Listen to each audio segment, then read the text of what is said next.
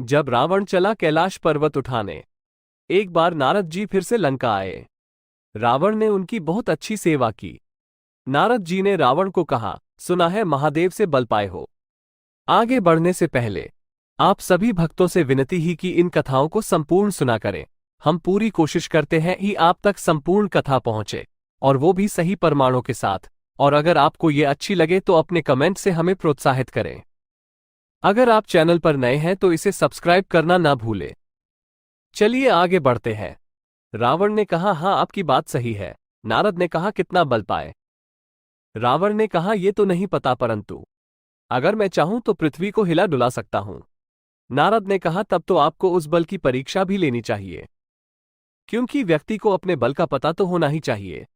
रावण को नारद की बात ठीक लगी और सोच के बोला, महर्षि, अगर मैं महादेव को कैलाश पर्वत सहित उठा कि लंका में ही ले आता हूं, ये कैसा रहेगा? इससे ही मुझे पता चला जाएगा कि मेरे अंदर कितना बल है। नारद जी ने कहा, विचार बुरा तो नहीं है, और उसके बाद चले गए। एक दिन रावण भक्ति और शक्ति के बल पर कैलाश समेत महादेव को लंका में ले जाने का प्रयास किया। जैसे ही उसने कैलाश पर्वत को अपने हाथों में उठाया तो देवी सती फिसलने लगी। वो जोर से बोली, ठहरो ठहरो। इसके उन्होंने महादेव से पूछा कि भगवान, ये कैलाश क्यों हिल रहा है? महादेव ने बताया, रावण हमें लंका ले जाने की कोशिश में है। रावण ने जब महादेव समेत कैलाश पर्वत को अपने हाथों में उठाया तो उसे बहुत अभिमान भी आ गया कि अगर वो महादेव सहित कैलाश पर्वत को उठा सकता है तो अब उसके लिए कोई अन्य असंभव भी नहीं। और रावण जैसे ही एक कदम आगे रखा तो उसका संतुलन डगमगाया।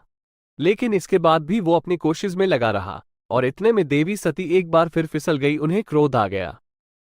उन्होंने रावण को श्राप दे दिया कि अरे अभिमानी रावण, तू आज से राक्षसों में गिना जाएगा, क्योंकि तेरी प्रकृति राक्षसों की जैसी हो गई है और तू अभिमानी हो गया है। रावण ने देवी सती के शब्दों पर फिर भी ध्यान नहीं दिया। तब भगवान शिव ने अपना भार बढ़ाना शुरू किया, और उस भार से रावण ने कैलाश पर्वत को धीरे से उसी जगह पर रखना शुरू किया, और भार से उसका एक हाथ दब गया और वो दर्द से चिल्लाया। उसके चिल्लाने की आवाज स्वर्ग तक सुनाई दी और वो कुछ देर तक मूर्छित हो गया, और फिर होश आने पर उसने भगवान महादेव की सुंदर स्तुति की। भोलेनाथ ने स्तुति से प्रसन्न होकर उससे कहा कि रावण, यद्यपि मैं नृत्य तभी करता हूं जब क्रोध में होता हूं, इसलिए क्रोध में किए नृत्य को तांडव नृत्य नाम से संसार जानता है। किंतु आज तुमने अपनी इस सुंदर स्रोत से और सुंदर गायन से मेरा मन प्रसन्नता पूर्वक नृत्य करने को हो गया। रावण द्वारा रचित और गाया हुआ ये स्रोत शिव तांडव स्रोत कहलाया, क्योंकि भगवान शिव का नृत्य तांडव कहलाता है, परंतु वो क्रोध में होता है। लेकिन इस स्रोत में भगवान प्रसन्नता पूर्वक नृत्य करते हैं। इसके उपरांत भगवान शिव ने रावण को प्रसन्न होके चंद्रहास नामक तलवार दी, जिसके हाथ में रहने पर उसे 3 लोक में कोई युद्ध में नहीं हरा सकता था। देवी सती के श्राप के बाद से ही रावण की गिनती राक्षसों में होने लगी, और राक्षसों की संगति तो थी ही, इसलिए राक्षसी संगति में अभिमान, गलत कार्य और भी बढ़ते चले गए। श्राप के पहले वो ब्राह्मण था और सात्विक तपस्या करता था। दोस्तों, आपको ये कहानी कैसी लगी? आप अपने कमेंट्स के द्वारा हमें अवश्य बताएं।